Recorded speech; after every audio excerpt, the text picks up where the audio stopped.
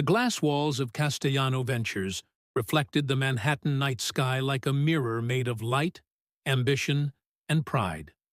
At the center of it all was Diana Castellano, the woman who had built an empire out of sleepless nights, cold numbers, and an unshakable belief that she could not lose. But tonight, everything she believed in was falling apart. It all began with a small red warning flashing on the screen. Then another, and another. Within seconds, every monitor in the office was flooded with error messages. Data breached, accounts erased, financial losses climbing with every heartbeat. The system was collapsing from the inside, right before her eyes. The empire she had spent 15 years building was burning silently. Diana slammed her fist on the mahogany desk.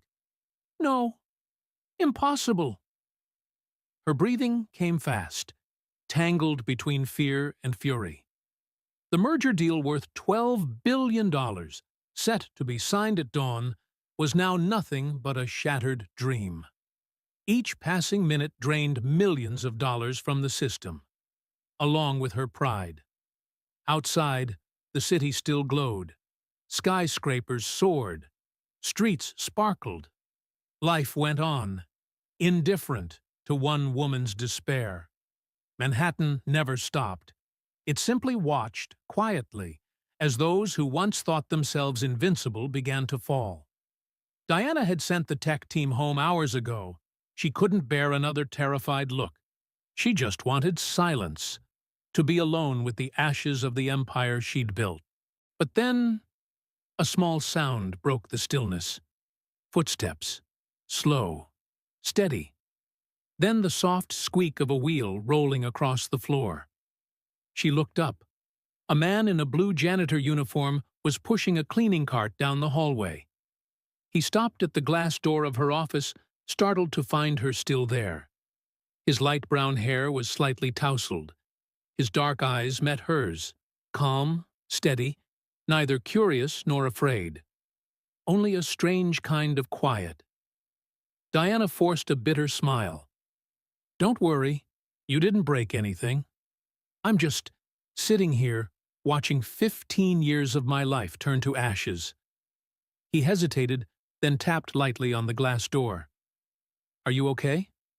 His voice was low and warm, carrying a hint of Brooklyn in its tone that made the question sound genuinely kind. Okay? Diana let out a dry laugh. You tell me. My company just died right in front of me. His eyes flicked over the screens, still flashing red. That's a cyberattack, he said calmly. Diana froze. What did you say? He nodded slightly. I used to work in cybersecurity. Before, life sent me elsewhere. He paused for a second, then added, May I take a look? Diana blinked. The man pushing her cleaning cart had just offered to handle a crisis that her senior engineering team had failed to solve. She almost laughed, but there was no arrogance in his eyes, only the quiet certainty of someone who had fought chaos before. She silently stepped aside. Go ahead. He sat down. His fingers began flying over the keyboard, fast, precise, practiced, as if he had never left that world. The light caught the name tag on his chest. Jamie Sullivan. Diana asked softly, almost in a whisper. Who are you? Jamie didn't look up. His voice stayed calm, steady. Just someone who refuses to let things die before trying to save them. 6 hours earlier. Diana Castellano stood before the board of directors, her gaze sharp as a razor. Ladies and gentlemen, she said, her voice calm but heavy with authority, the merger with Quantum Industries isn't just a strategic move. It's the leap that will put us at the top of the global tech world.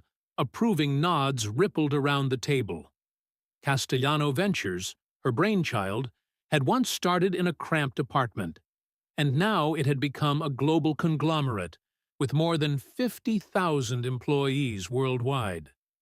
But no one in that room knew that the powerful woman standing before them carried inside her a hollowness that words could barely describe. Diana hadn't built this company on intellect and ambition alone.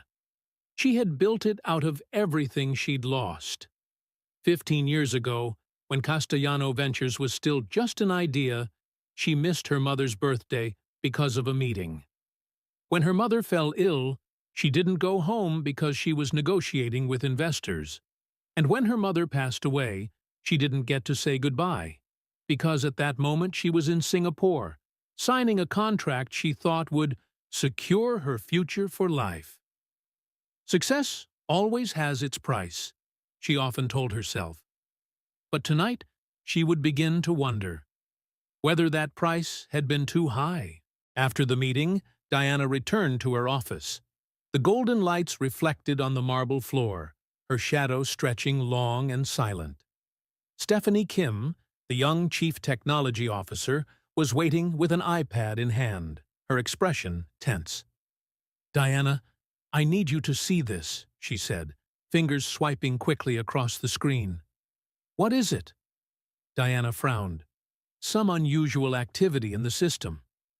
"I'm not sure, but it seems like someone might be probing our internal network." Diana closed her eyes for a moment, inhaled deeply, then spoke in a cool, detached tone.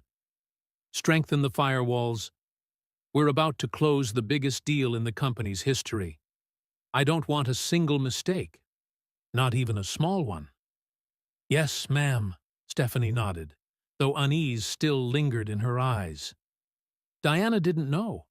That was the very last moment she could have stopped the nightmare that was coming. At the same time, in another corner of the building, Jamie Sullivan was pushing his cleaning cart down the 12th floor hallway. The earphones in his ears were playing a podcast about Python programming. His blue uniform had faded after hundreds of washes. The same hands that had once written lines of code worth millions of dollars now held only a mop and a rag. But Jamie had no regrets. He glanced at the old watch on his wrist. 8 p.m., only one more hour left in his shift. Then he'd go home to Ruby. Ruby, the 7-year-old girl with big, bright eyes just like her mother's. The mother who had passed away when Ruby was only 6 months old, leaving Jamie with a tiny baby and a mountain of medical debt. He had once been a brilliant software engineer at a leading cybersecurity firm. He'd had everything: a high salary, reputation, and a promising future. But when his wife was diagnosed with cancer, everything collapsed. He quit his job to care for her.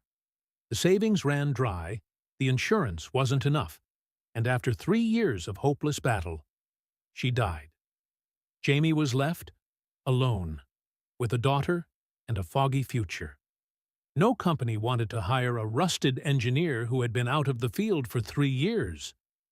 In the tech world, 3 years away might as well be 30. So Jamie did the only thing he could. He became a janitor.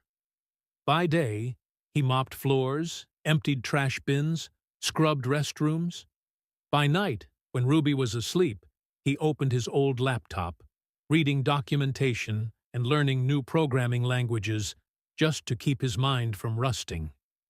He still dreamed of returning to his old profession someday. But for now, the most important thing to him wasn't glory. It was being there for Ruby, the only person he had left. He remembered his daughter's question from the week before. "Daddy, why don't you work with computers like the other people?" He bent down, pulling her into his arms. "Because I want to spend more time with you, Ruby."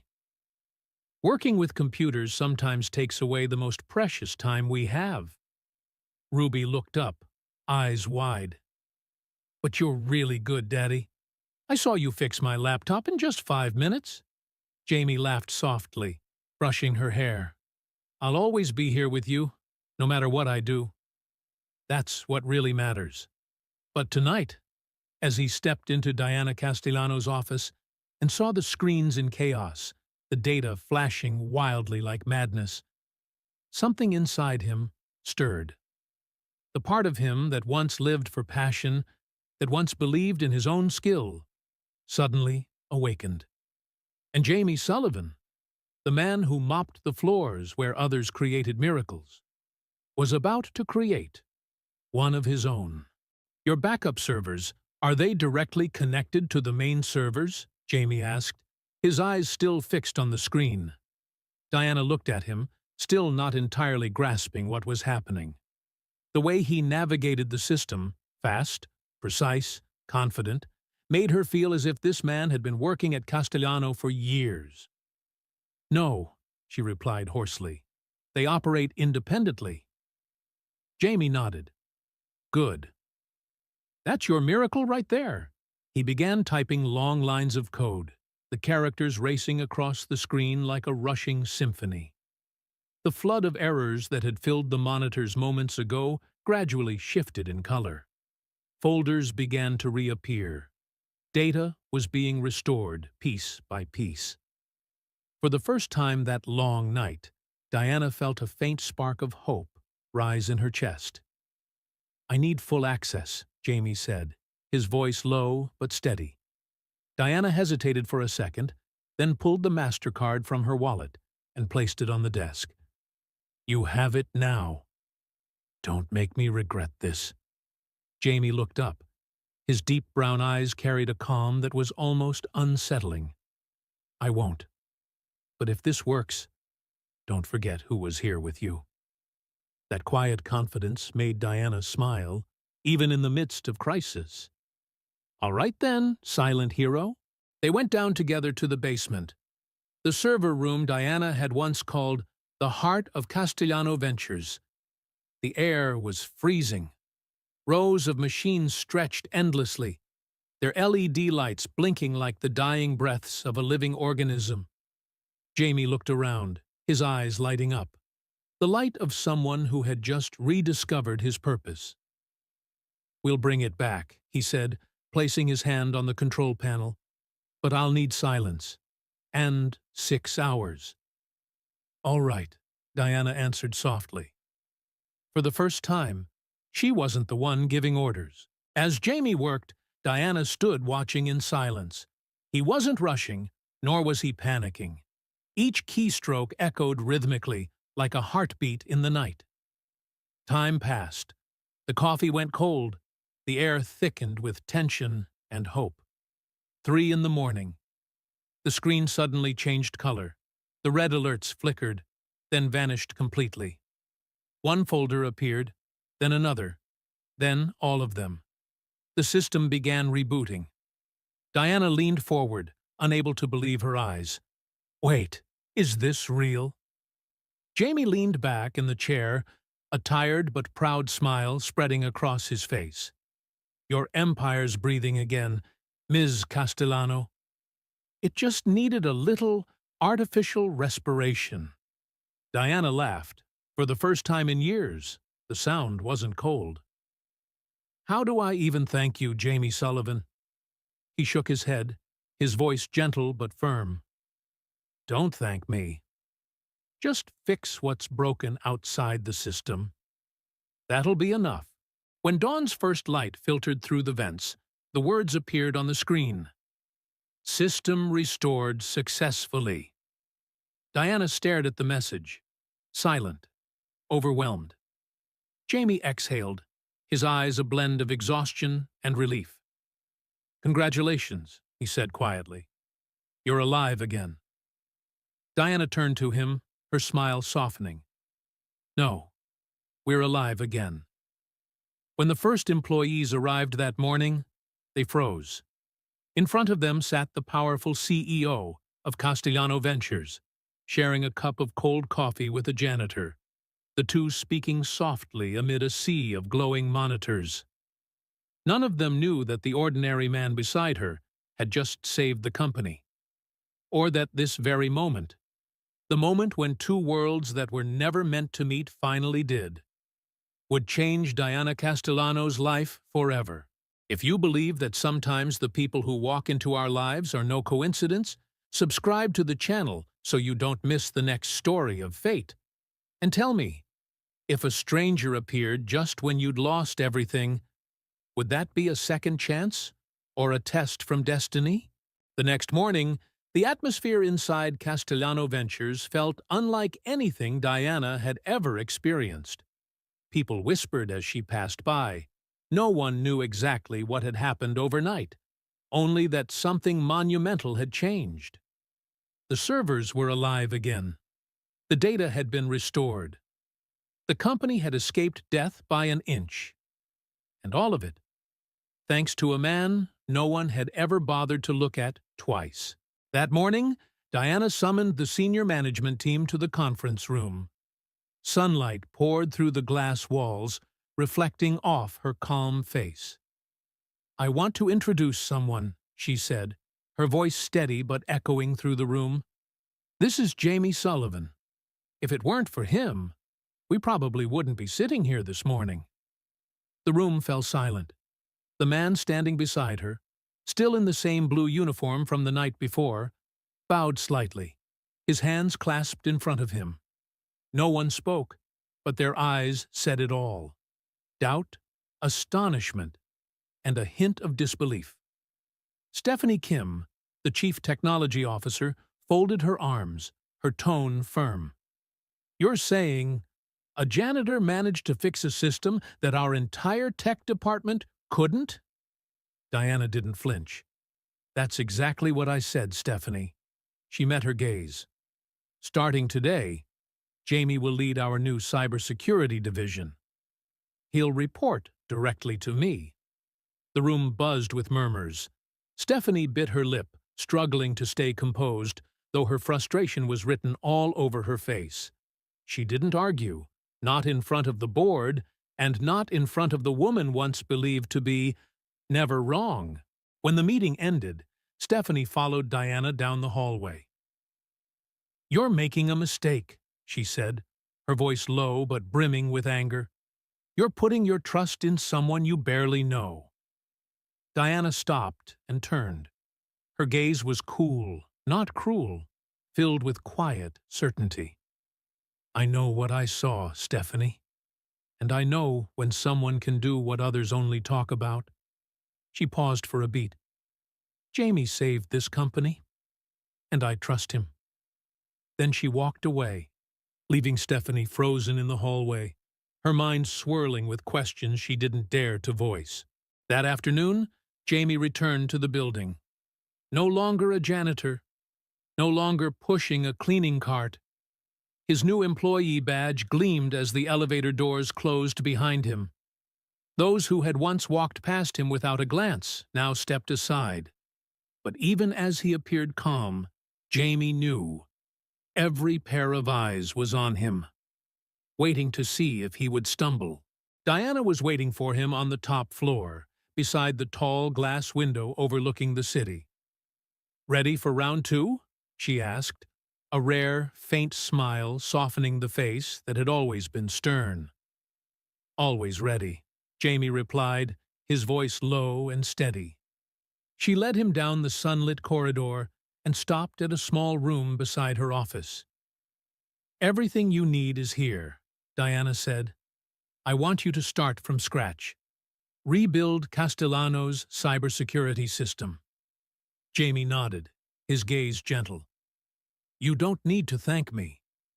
Just don't lose faith when things get hard." Diana smiled, genuinely, perhaps for the first time. "I've already learned that. From you." But there was one thing Diana still didn't know. The truth about the man who had just saved her company.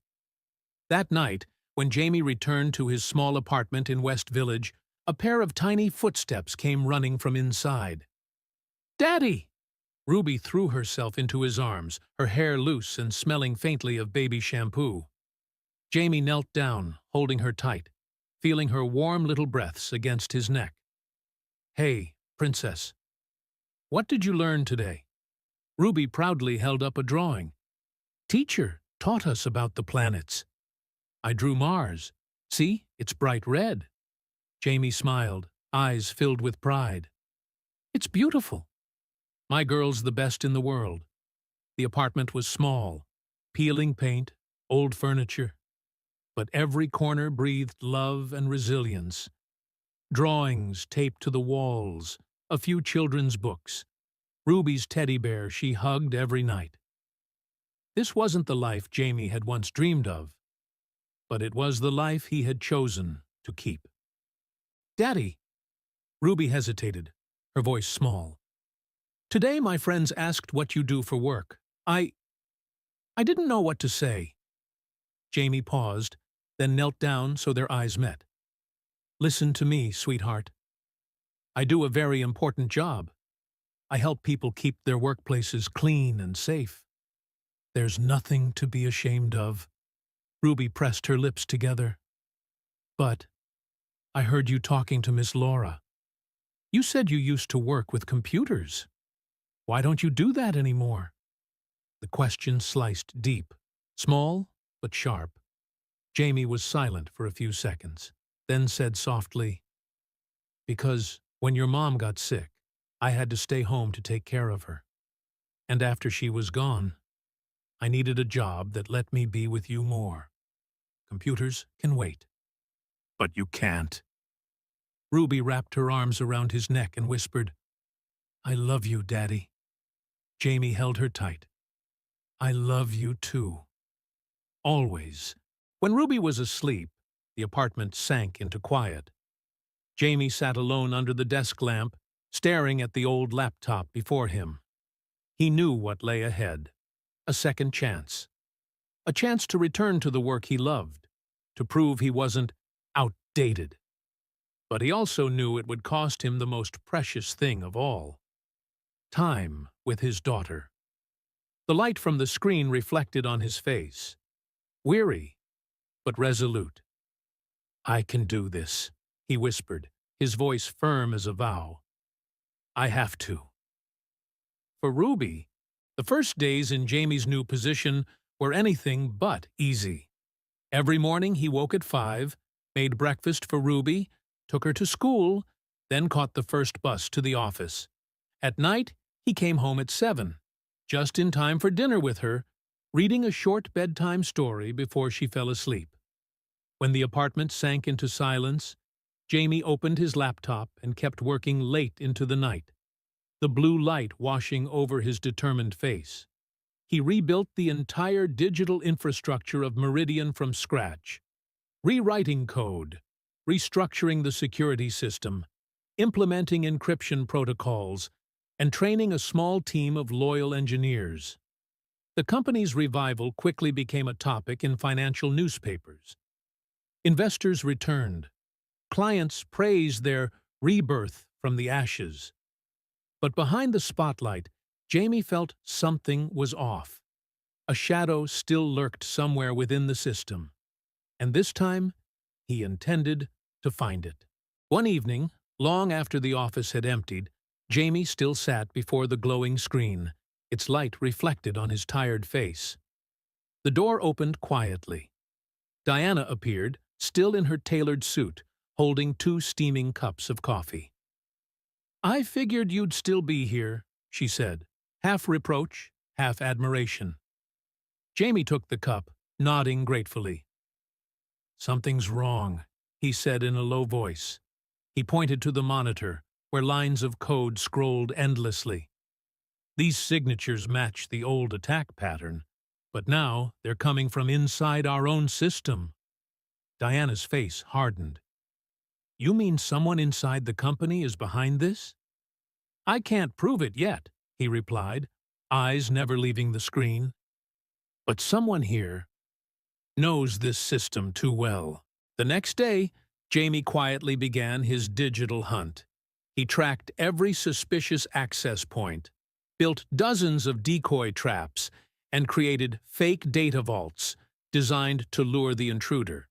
But each trace dissolved into layers of sophisticated encryption, fake proxies, and ghost admin accounts, until he noticed a repeating pattern: a device logging in late at night with administrator privileges. When he cross-checked the timestamps, one name appeared again and again: Stephanie Kim. Jamie's heartbeat quickened. He had sensed Stephanie's hostility went far beyond ordinary competition. But now, he had proof. That night, Jamie walked into Diana's office, holding a flash drive. "We need to talk," he said. His tone was low and firm, enough for Diana to know this wasn't just a technical report. He plugged the drive into her computer. The screen lit up, dense logs spilling out like a map of wrongdoing. "These are from the internal servers," Jamie said. "Stephanie used her account to access restricted data the night of the attack. Then she wiped the access logs and rerouted admin privileges." "This is the breach point." Diana stared at the screen, speechless. "You're sure?" "Absolutely," Jamie said. "I checked the metadata." She tried to cover her tracks, but she wasn't good enough. Diana stood, pacing slowly around the room. "If this leaks, we'll lose our investors again. The board will panic. The press will tear us apart." "Then don't let it leak," Jamie replied, his voice cold. "Let her think she's still safe. Give me time to find out who she's working for." Diana stopped, looking at him, her eyes a mix of admiration and concern. "That's dangerous, Jamie." He gave a faint smile. "Trusting me that first night was dangerous too." "But you did." In the days that followed, Jamie entered a silent cat-and-mouse game. He secretly monitored Stephanie's every move, setting up honeypot systems that mimicked the company's most sensitive databases. Each time she typed a command, he learned a little more about how she operated. He barely slept. Each night was a mental duel between an engineer and a traitor. The deeper he dug, the clearer it became. Stephanie wasn't acting alone. Someone else, powerful, dangerous, was pulling the strings. Late one night, as Jamie was packing up to leave, his phone vibrated. A text from an unknown number. "Stop digging, or you'll regret it." Jamie froze. His reflection in the glass window stared back, calm but defiant. He took a screenshot, sent it to Diana, and locked his phone. Seconds later, she called. Her voice was sharp and quick. "Are you all right?" "I'm fine," he said, "but this proves we're getting close." Diana exhaled slowly. "Then we need to get ahead of them." The next morning, Jamie arrived early. As he stepped into the parking lot, something caught his eye. A small black device lying beneath his car's bumper. He crouched down, a GPS tracker. His chest tightened. Someone was watching him, knew where he went, where he lived. And worst of all, they knew about Ruby. For the first time, Jamie felt real fear. He could face any danger meant for him. But if his daughter was threatened, that was a line no one could cross. He brought the device to Diana's office. She looked at it, horrified. "We have to call the police." "Not yet," Jamie said, his voice steely. "If we do, they'll vanish. Let them think I don't know." "You're turning this into a trap," Diana realized. He nodded. "Exactly." She looked at him, her voice lowering. "Jamie, you have a daughter. What if something happens to you?" "Nothing will," he said, though his voice trembled slightly. "I'll be careful. But we can't let them get away." That night, the building was silent. Jamie sat at his desk, pretending to focus on a fake data file. Diana waited in her office, lights off, the only glow coming from the faint blue hue of the corridor. The air was thick with tension. 11:40 p.m. The security camera flickered. A shadow appeared. The door creaked open. Stephanie Kim stepped in, holding a folder, her voice far too calm to be casual. "Working late again, Jamie?" "As always," he replied without turning. "You've made quite a name for yourself," she said, approaching. "The boss's favorite." "I'm just doing my job." "Funny," she sneered. Your job seems to involve snooping into mine. She reached for the mouse. Don't touch that, Jamie said quietly, his tone calm but sharp as a blade. At that very moment, the lights snapped on. Diana stepped out of the shadows, eyes unwavering. It's over, Stephanie. Stephanie froze, her eyes darting back and forth between them. Confused, trembling, yet still holding a defiant edge. You think you understand what's happening here? She burst out, her voice edged with a dry laugh. You don't understand anything.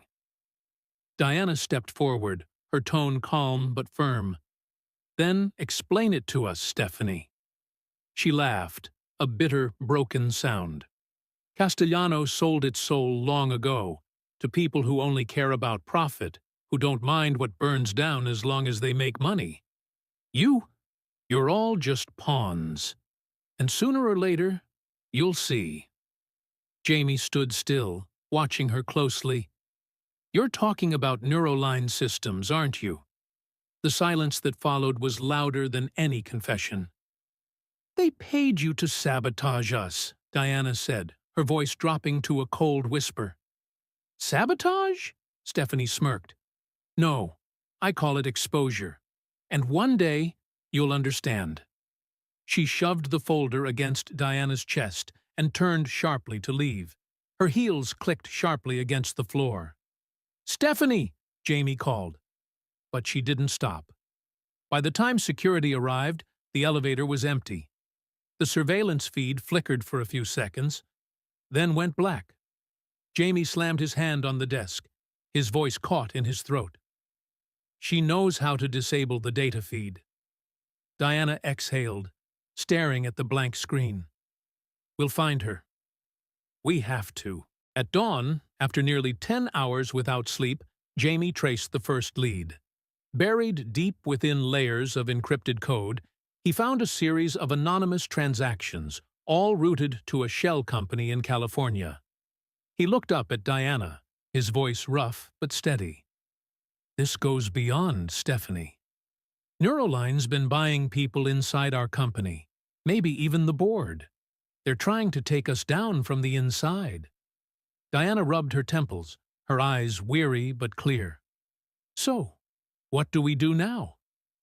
Expose them, Jamie said, each word heavy with resolve. But on our terms. Diana stared at him for a long moment. You realize this could destroy both of us, right? Jamie gave a faint smile, his eyes unwavering. Or it could be the way to fix everything.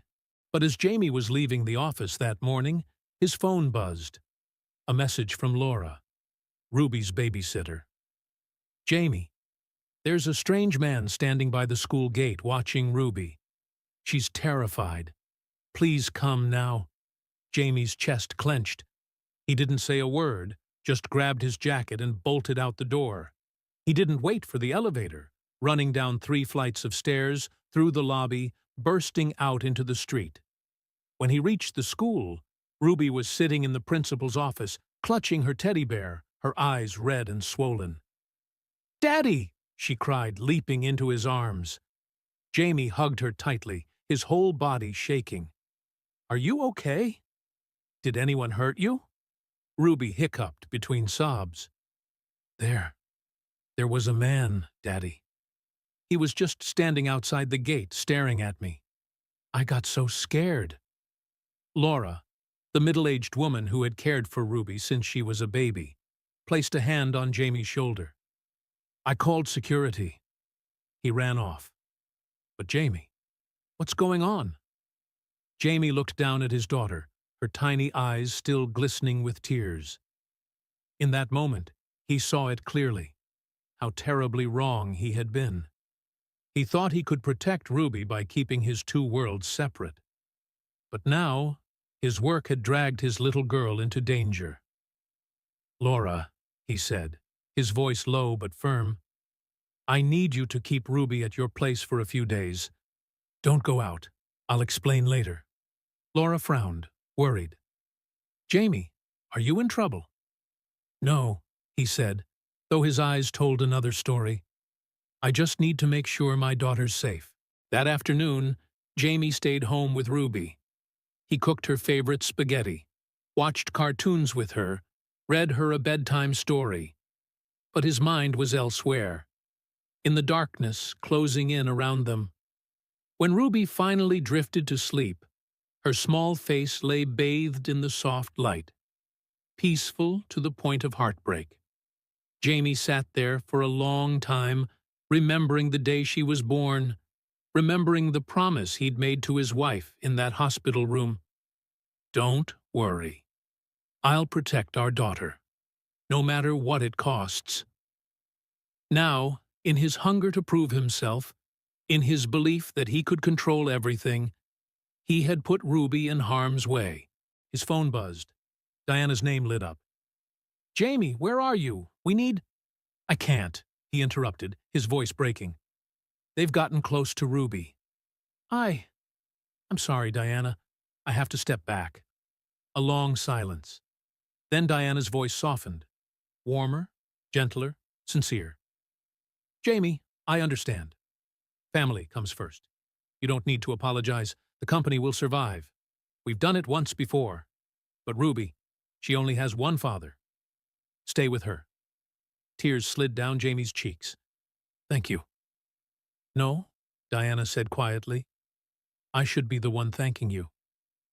For everything." After the call, Jamie sat there, watching Ruby sleep peacefully under her blanket. And then he understood. If he walked away now, the people behind all this would win. They would do it again. To others. To other families. To other children. He heard his wife's voice echo from some distant memory. "You're stronger than you think, Jamie. Don't let fear take that from you. Teach our daughter to be brave. Teach her to fight for what's right." Jamie wiped his tears, leaned down, and kissed Ruby's forehead. "I'll protect you," he whispered, "but I'll also teach you that we don't run from evil. We face it." He picked up his phone and called Diana again. "I'm coming back," he said, his voice low but resolute. "But this time, we do it my way. And we end this, once and for all." The following week, as Jamie worked day and night tracing Stephanie's digital trail, he uncovered something far more terrifying. Stephanie wasn't the mastermind. She was merely a tool, a pawn in a much larger game. As Jamie dug deeper into the encrypted financial files, another name surfaced, and it made his blood run cold. Valerie Stone, Castellano's chief financial officer. Valerie had been with Diana since the very beginning. She was a friend, a mentor, and the one person Diana trusted completely. But according to the data Jamie found, Valerie had been selling confidential information to Neuroline through a shell consulting firm called North Park Consulting. Jamie went straight to Diana. "Valerie?" Diana repeated, her voice trembling. "That's impossible. I've known her for over 10 years. She's been with me since the startup days." "That's exactly what makes it dangerous," Jamie said slowly. "No one ever doubts loyalty until loyalty becomes betrayal." Diana sank into her chair, as if her legs could no longer hold her. "Why?" she whispered. "I gave her everything. Power, money, respect." Jamie looked at her, his voice lowering. "Sometimes people don't betray because they lack something. They betray because they feel unseen." Diana lifted her head, pain filling her eyes. "But I did see her." "Did you really?" Jamie asked quietly but directly. "Or did you only see her role?" The question cut deep. Diana fell silent, and in that moment, she realized she had done the same to Jamie. Once, she had seen him as nothing but a janitor, until he saved the entire company. Finally, she drew a deep breath. "We need proof. Solid proof. No mistakes." Jamie nodded. "I'll set a trap. But this time, we have to be extremely careful." Over the next 3 days, Jamie built a flawless digital honeypot, an isolated server that perfectly mimicked Castellano's financial infrastructure, filled with fake data and hidden trackers. Every detail was so convincing, it bordered on perfection. On the fourth night, the trap was sprung. An intrusion alert flashed on his screen. Someone was accessing Castellano's system. Jamie stared at the monitor, his pulse racing. "I have the location," he said quickly into the phone. "The signal's coming from an office in Manhattan." Diana's reply was short and sharp. "We end this tonight." They drove through the deserted city streets, the lights reflecting off the windshield like a pulsing heartbeat. Neither spoke.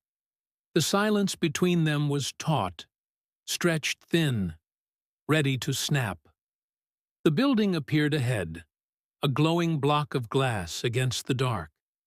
Jamie hooked his laptop into the building's internal network right from the lobby, his fingers flying across the keyboard. "Valerie's logging in from the top floor," he said. Diana clenched her fists. "Let's go." "No," Jamie stopped her. "We do this together." They found Valerie in a corner office, calm, composed, almost eerily serene, as if she'd known they would come. "Diana," Valerie said softly, "you shouldn't be here." Diana stepped forward, fury burning in her eyes. "You sold us out. You sold me out." Valerie smiled faintly, her gaze tinged with pity. "Is that what you think? That I'd destroy something that wasn't already rotten?" "What are you talking about?"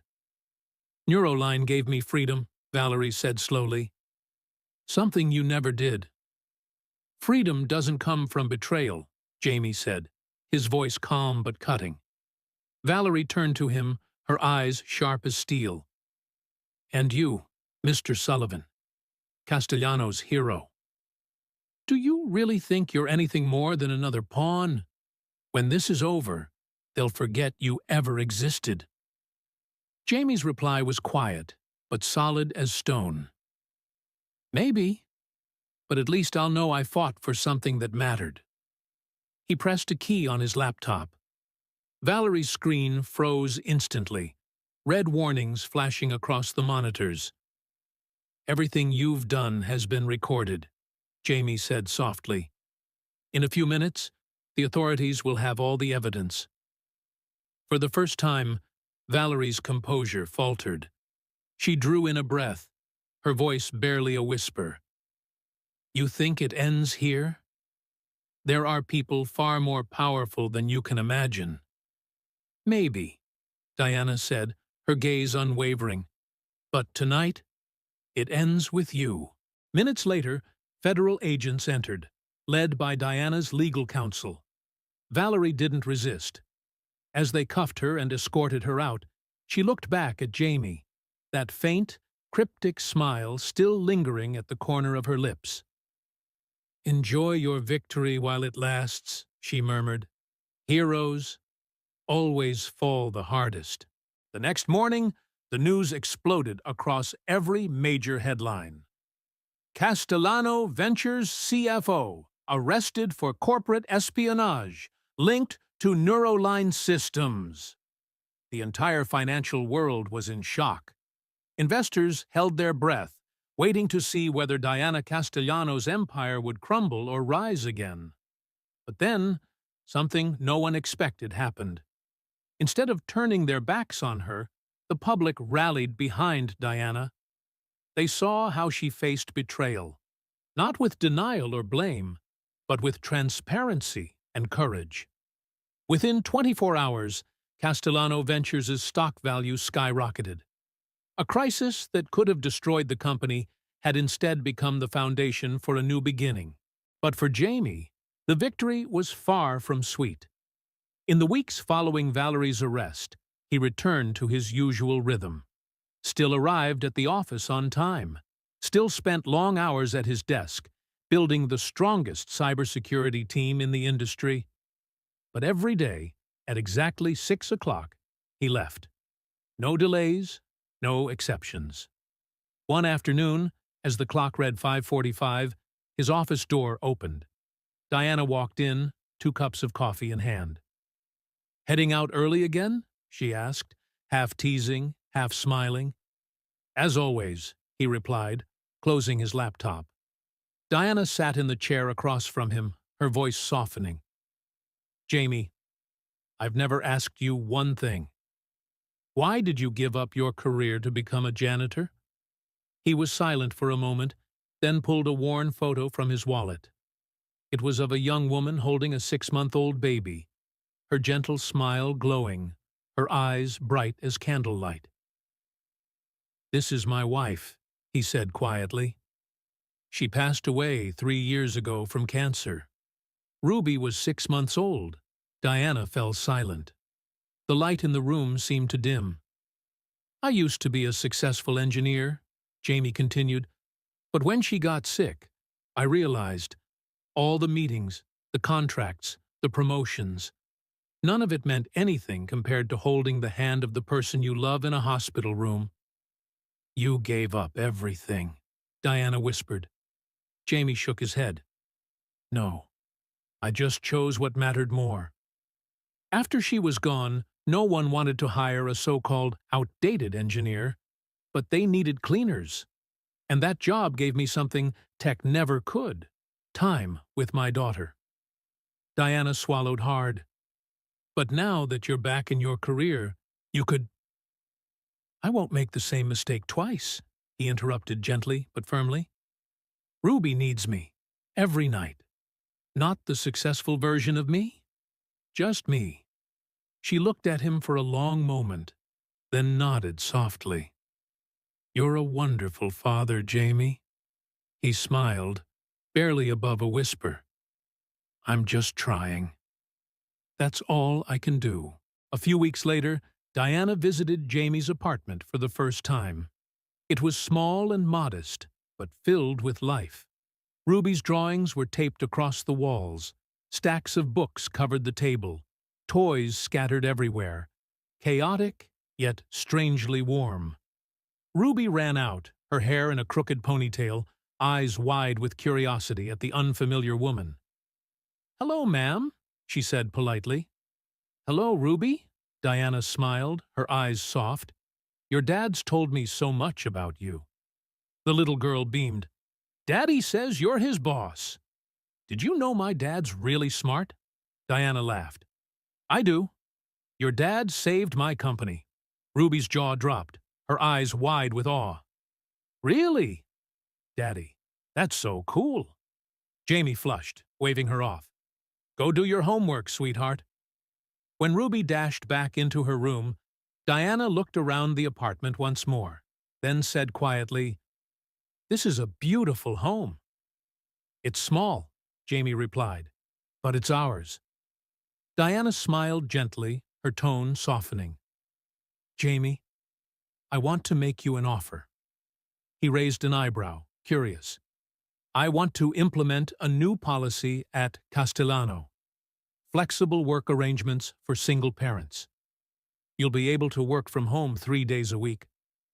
Jamie stared at her, stunned, as if he hadn't heard correctly. You're serious?"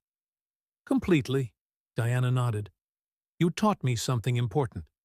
That success means nothing if we lose what truly matters. I want Castellano to be a place where people can have both." Jamie couldn't speak. He just nodded, lips trembling, tears glimmering in his eyes. "Thank you," he said softly. Diana smiled as she stood up. "No, Jamie," she said quietly. "I should be the one thanking you. You didn't just save the company. You reminded me of what I'd forgotten. The reason I started all of this." 6 months passed. Castellano Ventures not only recovered, it rose stronger than ever. The cybersecurity division led by Jamie became an industry standard. But more importantly, the company had begun to transform under the new policies Diana had introduced after the crisis. She founded the Second Chance program, an initiative to recruit people society had overlooked, but who carried extraordinary potential and determination. a once homeless engineer. A designer who had served time for a crime he didn't commit. A programmer who lost her job caring for her ailing parents. Diana saw them, just as Jamie had once seen her on the darkest night of her life. And each of them brought something no university or corporation could ever teach: gratitude, resilience, and the hunger to prove themselves. One afternoon, Diana knocked on Jamie's office door. "I have something to show you," she said, a gentle smile on her lips. She led him down to the basement, the old server room, where everything had begun. Now, the space looked completely different. Soft white light glowed on freshly painted walls, modern equipment gleamed, and above the doorway hung a metal plaque engraved with the words, "The Sullivan Innovation Center." Jamie stood frozen, his breath caught in his throat. You didn't have to do this," he said, voice trembling. "I wanted to," Diana replied, "because this company wouldn't exist without you. And maybe, neither would I." He stepped inside. The room had become a vibrant hub of innovation. Open workspaces, research stations, and in the far corner, a small area for children. Coloring tables, toys, and a tiny chair by the window. Diana smiled at the look of astonishment in his eyes. "So, when Ruby comes to visit," she said softly, "she'll have a safe place to play while you work." Jamie couldn't hold it in any longer. Tears rolled down his cheeks. He clenched his hands, his voice breaking. I don't even know what to say." Diana placed a steady, gentle hand on his shoulder. "You gave me a second chance when the company was falling apart," she said. "Now it's my turn to do the same for you." That evening, Jamie brought Ruby to the center. She ran around the room, eyes glowing with wonder. "Daddy, is this your place?" "Not just mine," he said, smiling down at her. "Ours, and everyone's who works with me." Ruby stopped in front of the plaque. "Sullivan, that's our name." Jamie smiled, his voice trembling. "That's right, sweetheart." She threw her arms around him, whispering softly, "You're amazing, Daddy." "I'm so proud of you." Jamie hugged her tightly, feeling the whole world shrink into that single moment. "I'm proud of you too, Ruby," he said. "You're the reason I did all of this." 2 months later, on a lightly rainy evening, Diana and Jamie stood in front of the Castellano Ventures building. Raindrops glittered under the city lights. The streets, cars, and people still moving in their usual rush, as if there had never been a night when their world nearly collapsed. "Do you remember the night we first met?" Diana asked, her voice low, blending into the sound of the rain. Jamie smiled. "How could I forget? I was supposed to mop the floors, and somehow ended up saving an empire." Diana shook her head with a faint laugh. "No, you saved more than that. You taught me how to see." "See what?" Jamie asked softly. "The invisible ones," she said slowly. "Do you know how many times I walked past you in these halls? How many times I never looked at you, never said thank you, never even asked your name?" Jamie stayed silent. The rain fell steadily. The city lights reflected in her eyes. "You were always there," Diana continued, her voice trembling slightly. "But I was too consumed by my own success to notice. And then, on the night I lost everything, you were there again. Not because you had to be, but because you cared. Anyone would have done the same." Jamie began. "No," she interrupted. "Most people would have walked away. But you didn't. You stopped. You saw someone who needed help, and you helped. Not for praise, not for recognition. Just because it was the right thing to do." Just then, a homeless man pushed an old shopping cart past them, his clothes soaked through. Diana looked after him, then suddenly called out, "Hello there." The man looked up, startled. Hello? I'm Diana," she said gently. "Are you hungry?" The man blinked, voice shaking. I don't know what to say." "You don't have to say anything." Diana smiled, handing him a business card. "This is my company's address. We have a program for people who need a new opportunity. If you want to, come see us." He took the card, his hands trembling, tears mixing with the rain. "Thank you. Thank you so much." As the man disappeared into the rain, Jamie turned to her. "You've changed," he said. "No," she replied softly, her gaze distant. "You taught me to see. And now, I can't stop seeing." They found a small cafe nearby to wait out the rain. Raindrops tapped gently on the glass roof above. Diana stirred her coffee slowly, then said in a quiet voice, "Jamie, I've been thinking a lot about Valerie." "About her?" "The night we caught her," Diana said, her eyes unfocused. "She told me, 'You saw him after one night. I was here 15 years, and you never saw me.'"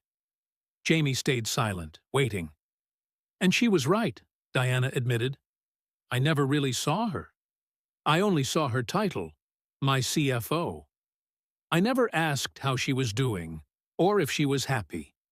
I took her loyalty for granted." "You can't keep blaming yourself," Jamie murmured. "But I can learn from it," she said firmly.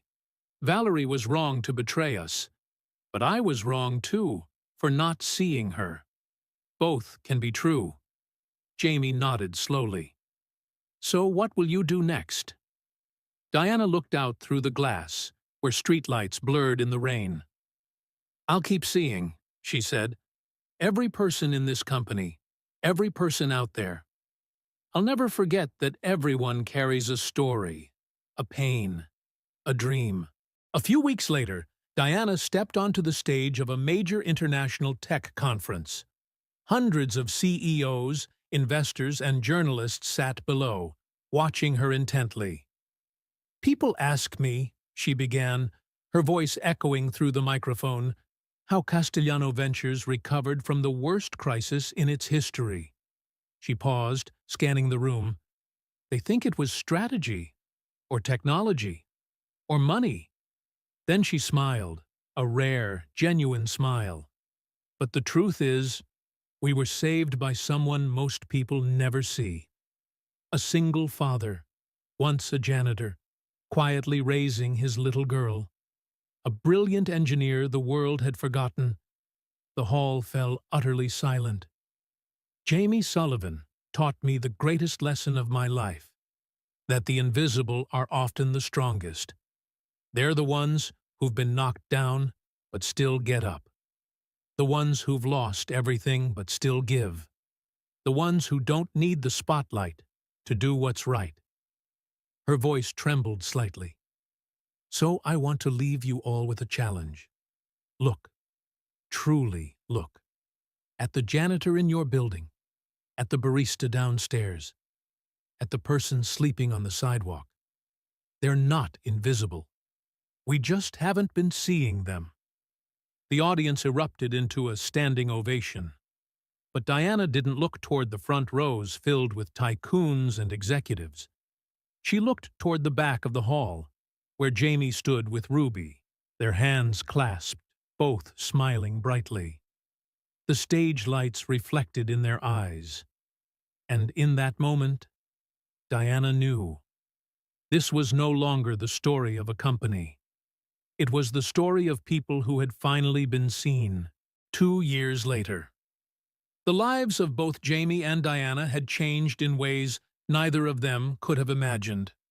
Castellano Ventures was no longer just a leading technology company. It had become a symbol of humanity. The Second Chance program that Diana had founded had now employed over 500 people once forgotten by society. Reformed ex-convicts, single mothers, engineers who had lost everything to misfortune. They weren't just working. They were finding themselves again. Jamie was no longer the quiet man bowing his head in a blue janitor's uniform. He was now the director of cybersecurity and a mentor to dozens of young employees, people struggling to find balance between career and family. And Ruby, the little girl who once drew a red Mars on a sheet of paper stuck to the fridge, had grown, more mature, confident, and bright. She was growing up in a world where kindness mattered more than success, where adults weren't too busy to listen, and where family was always the first refuge. One evening, when the Sullivan Innovation Center was lit only by the warm glow of the last few computer screens, Diana walked in. Ruby sat in the children's corner, coloring her newest drawing. Jamie was at his desk, eyes fixed on streams of code running across the monitor. "Hey," Diana called softly. Jamie looked up, smiling. "Hey there. Coffee or code?" "No, not work this time." She sat down beside him, looking a little uneasy, something rare for a woman who once silenced entire boards of directors with a glance. "You know," she began slowly, "when I founded Castellano, I believed success meant never needing anyone. That strength came from standing alone." Jamie tilted his head, listening. "And now?" Diana smiled, her gaze softer than ever. "Now I know. Real strength comes from knowing when you need others. You gave me more than a company saved, Jamie. You gave me a lesson in compassion, in truly seeing people." And in caring, Jamie looked at her, warmth in his eyes. "You taught me too, Diana. You taught me that second chances are real, and that the past doesn't define who we are." They sat in silence for a moment. Only the soft sound of Ruby's pencil could be heard from the corner. Diana spoke again, quietly. "Jamie, I don't know where we'll go from here, but there's one thing I'm certain of." She paused, searching for the words. "I want you in my life, not just as a colleague, but as a friend, as family." Jamie met her eyes, smiling. "I feel the same," he said gently. "Family isn't just blood. It's the people who make us the best version of ourselves." Just then, Ruby ran up, waving her drawing. "Daddy! Miss Diana! I finished my picture." She held it up proudly, a drawing of 3 people, a man, a woman, and a little girl, standing in front of a glowing building, the sun shining above them. "This is us," Ruby said, beaming.